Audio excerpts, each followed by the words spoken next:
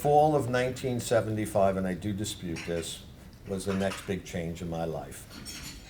A young, heavy-set fellow came in, and he wanted to buy a set of 3-cent nickels from me.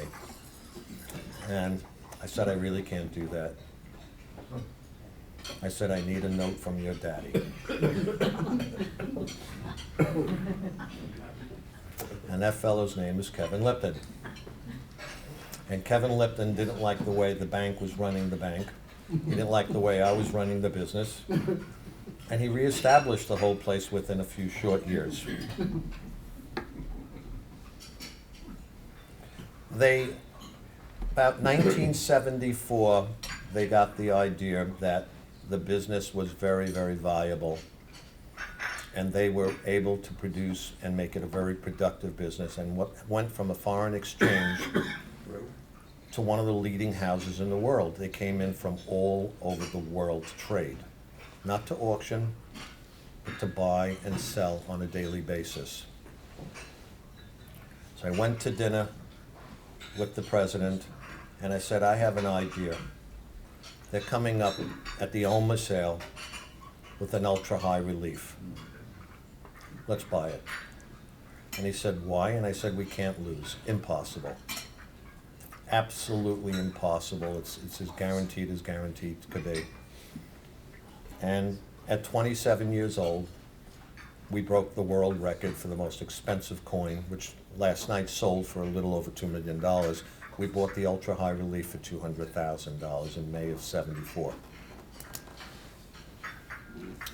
And the coin business, as the gold progressed, was directly related to the price of gold. It was a little bit less sophisticated than today. And as the gold went, the market went, and as the market went, it went up geometrically. It was just incomprehensible. You could buy a coin on a Friday, sell it on a Sunday, and double up. And young guys, including young 16-year-olds, were making more money than they knew what to do with. And another young man came into my place. His name was Jim Halpern. And Steve Ivy came in. And they were a little bit ahead of the curve, meaning they had started somewhat earlier, younger, and they were doing their business, and they already had very little capital to go. And Jim Halpern had his first auction in the fall of '75, and I was kidnapped. He said, you're going to attend the auction and you're going to stay over my home. And I don't get those invites these days. For some reason or another, I really don't. I saw the market change and change and change and change again, and I kept enjoying each, and I still enjoy every aspect of the market and the people. My closest and my dearest friends in this world are in this business, some of which are in this room as we speak.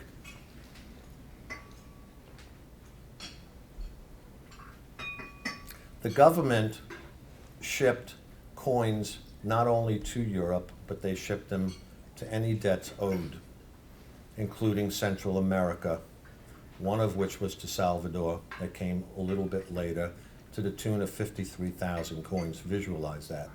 Whole bags of coins that were rarities now became as commonplace could be.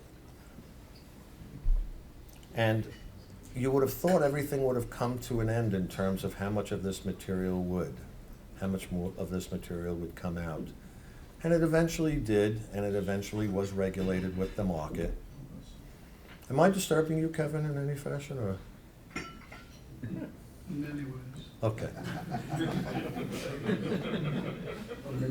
But I've watched this business grow, and I've watched it change, and I've seen it metamorphosize throughout. And I find it, for a business that is not regulated, incomprehensible.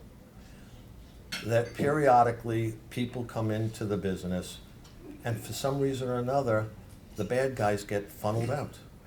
Amazingly, they get funneled out, the bad guys do.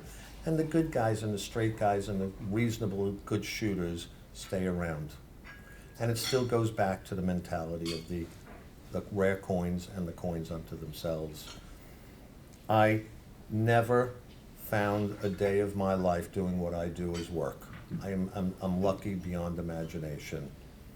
I drive my poor wife crazy because I get calls all hours of the day, and I don't consider it work. I really don't, and most dealers are basically set up that way.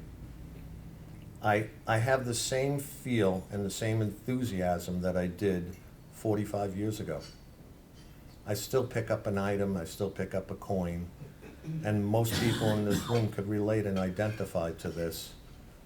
I still pick up an item today and still say, my God, I wonder where, I wonder how, and I wonder why it's here today.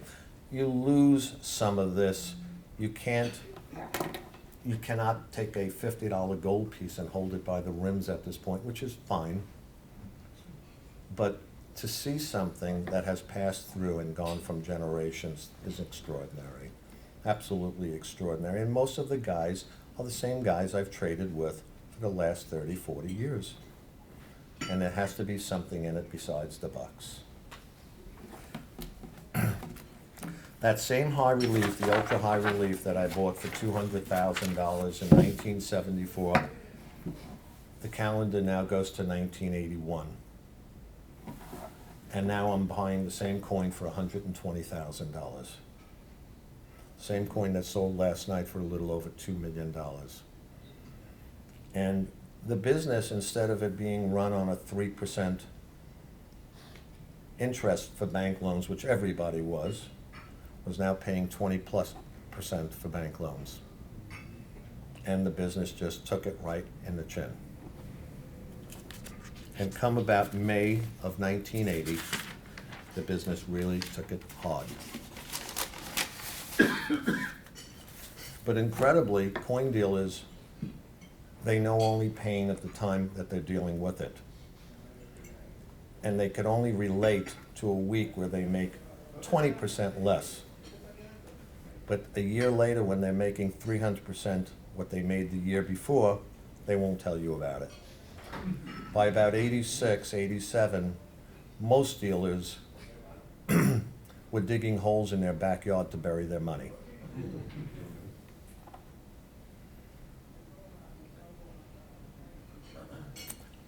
It again changes again one more time with the shipwrecks and the discoveries and everything that deals and how the market adjusts in a business, in an industry that truly is not,